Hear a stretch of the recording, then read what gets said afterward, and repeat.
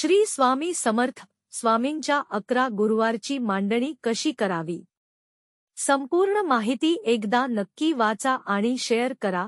श्री स्वामी समर्थ. नमस्कार. आपल्यापैकी बरेच जण हे स्वामी समर्थांचे भक्त आहेत. आपण अनेक प्रकारच्या सेवा स्वामींच्या करीत असतो. केंद्रांमध्ये तसेच मठांमध्ये आपल्याला स्वामींच्या सेवा करताना बरेच जण आपण पाहत असतो. तर मित्रांनो, अनेक जण हे मार्गशीर्ष महिन्यातील गुरुवारची व्रत करीत असतात. ते व्रत लक्ष्मीचे मातेचे असते. तसेच स्वामींचे देखील 11 गुरुवारचे व्रत असते. स्वामींचे हे 11 गुरुवारचे व्रत आपल्यापैकी बरेच जण करीत असतात. बऱ्याच जणांना आपल्या मनातील इच्छा पूर्ण करण्यासाठी तसेच कोणत्याही प्रकारच्या अडचणी येऊ नयेत, तसेच अनेकांना नोकरीमध्ये यश मिळत नसेल, अशा विविध अनेक प्रकारच्या इच्छा पूर्ण होण्यासाठी बरेच जण हे स्वामींचे 11 गुरुवारचे व्रत करीत असतात. स्वामी समर्थ महाराज हे आपल्याला प्रत्येक अडचणीतून बाहेर काढत असतात. ते आपल्या भक्ताला योग्य तो मार्ग देखील दाखवत असतात. तुम्हाला देखील स्वामींचे 11 गुरुवारचे व्रत जर करायचे असेल तर मी ज्याप्रमाणे सांगेन त्याप्रमाणे या 11 गुरुवार व्रताची मांडणी करायची आहे. हे 11 गुरुवारचे व्रत गुरुवारपासून सुरू करायचे आहे.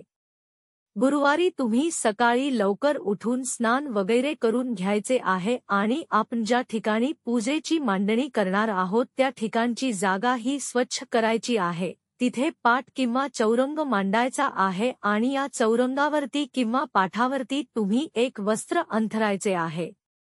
हे वस्त्र लाल रंगाचे असावे. या वस्त्रावर तुम्ही जर तुमच्या घरामध्ये स्वामी समर्थ महाराजांचा फोटो असेल तर तो फोटो स्वच्छ पुसून ठेवायचा आहे. स्वामी समर्थ महाराजांचा जो फोटो आहे त्याच्या उजव्या बाजूला तुम्ही घंटी ठेवायचे आहे आणि डाव्या बाजूला शंख ठेवायचा आहे. तसेच स्वामींच्या फोटोला तुम्ही गंध लावायचा आहे. स्वामींच्या फोटोपुढे तुम्ही एखादे फळ जे तुमच्या घरामध्ये उपलब्ध आहे ते फळ ठेवायचे आहे आणि जे फळ तुम्ही ठेवले आहे त्या फळच्या साईडला तुम्ही एका वाटीमध्ये साखर घ्यायची आहे थोडीशी आणि त्यामध्ये तुळशीचे पान टाकायचे आहे आणि ती वाटी त्या फोटो समोर ठेवायचे आहे. त्याच्या बाजूला तुम्ही एक फुलपात्रभर पाणी भरून ठेवायचे आहे. तसेच आपण जिथे घंटी ठेवलेली आहे त्याच्यासमोर तुम्ही आपल्या घरामध्ये जर जपमाळ असेल तर ती जपमाळ ठेवायचे आहे. तसेच आपण आपल्या स्वामींच्या फोटोला तुम्ही हार घालायचा आहे. हार नसेल तर तुम्ही फुले देखील अर्पण करू शकता. तुमच्या घरामध्ये स्वामी समर्थांचे गुरुचरित्र सारामृत पोथी असेल तर तुम्ही ती पोथी त्या पाठावर ठेवायची आहे. तुम्ही ही सर्व मांडणी करत असताना अगरबत्ती आणि धूप तसेच दिवा प्रज्वलित करायचा आहे. ही मांडणी करीत असताना तुमच्या मनात कोणतेही विचार येता कामा नये. फक्त तुम्ही स्वामी समर्थ महाराजांच्या नामस्मरण करायचे आहे. अशी ही व्यवस्थित मांडणी आपल्याला करायची आहे.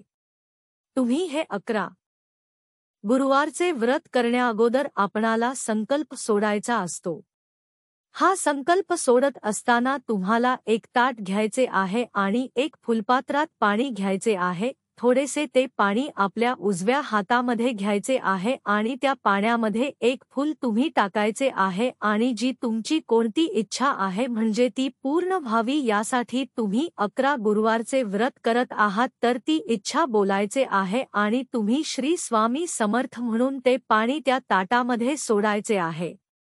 असा हा संकल्प आपल्याला 11 गुरुवारचा व्रताचा करायचा आहे आणि हा संकल्प केल्यानंतर तुम्ही स्वामी समर्थांच्या केंद्रामध्ये किंवा मठांमध्ये जाऊन तुम्ही एक नारळ आणि खडीसाखर त्या मठामध्ये किंवा केंद्रामध्ये जाऊन स्वामींचे चरणी अर्पण करायचा आहे.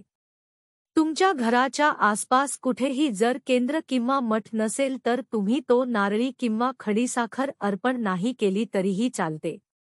हे 11 गुरुवारचे स्वामींचे व्रत आहे. हे व्रत करीत असताना आपण पूर्णपणे मांडणी केल्यानंतर संकल्प केल्यानंतर तुम्हाला 11 वेळा श्री स्वामी समर्थ महाराजांचा जप तसेच 11 वेळा तारक मंत्राचा जप करायचा आहे आणि नंतरच मग पोथी वाचण्यास म्हणजेच सारामृत वाचण्यास सुरुवात करायचे आहे.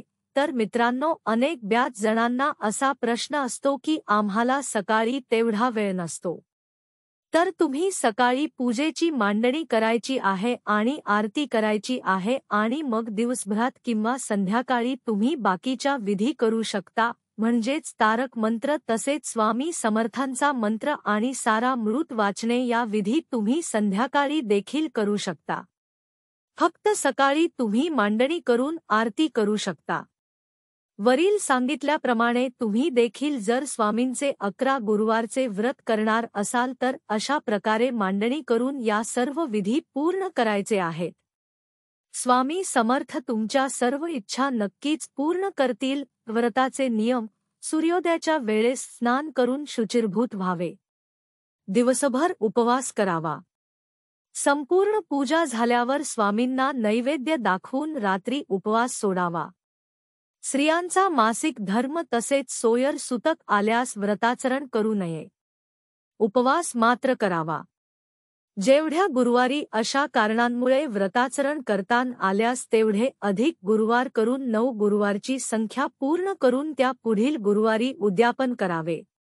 काही महत्त्वाच्या प्रसंगी प्रवास करावा लागला तरी उपवास सोडू नये. दिवसभर श्री स्वामी समर्थ या मंत्रांचा जप करावा. मात्र हा गुरुवार गृहीत धरता पुढील गुरुवारी व्रत करावे. व्रताच्या दिवशी एकादशी, महाशिवरात्री, अमावस्या आल्यास फक्त उपवास करावा. तो गुरुवार गृहीत धरता एक गुरुवार अधिक करून त्यानंतर उद्यापन करावे. व्रत करताना शेजारी, नातेवाईक, मित्रमंडळी यांना सहकुटुंब सहपरिवार दर्शनाकरिता बोलवावे. हे व्रत कोणत्याही जाती धर्मातील स्त्री पुरुषांना आणि मुलामुलींनाही करता येते. सपत्नीक केल्यास अधिक उत्तम. रात्री भजन, गायन, कीर्तन यापैकी कार्यक्रम ठेवावे. व्रताचे दिवशी तसेच उद्यापनाचे दिवशी दर्शनार्थ येणाऱ्या प्रत्येक स्त्रीपुरुषांना या पोथीची एक प्रत सप्रेम भेट म्हणून द्यावी. 11 गुरुवारचे व्रत पूर्ण होईपर्यंत रोज कावळ्याला दहीभात ठेवावा. मुंग्यांना चिमूटभर साखर ठेवावी. गाईला चारा घालावा. कुत्र्याला पोळी द्यावी. गरिबाला शिजलेले अन्न द्यावे. व्हिडिओ आवडल्यास नक्की लाईक करा, म्हणजे आम्हाला तुमच्यासाठी असे नवीन व्हिडिओ करण्यासाठी प्रोत्साहन मिळते.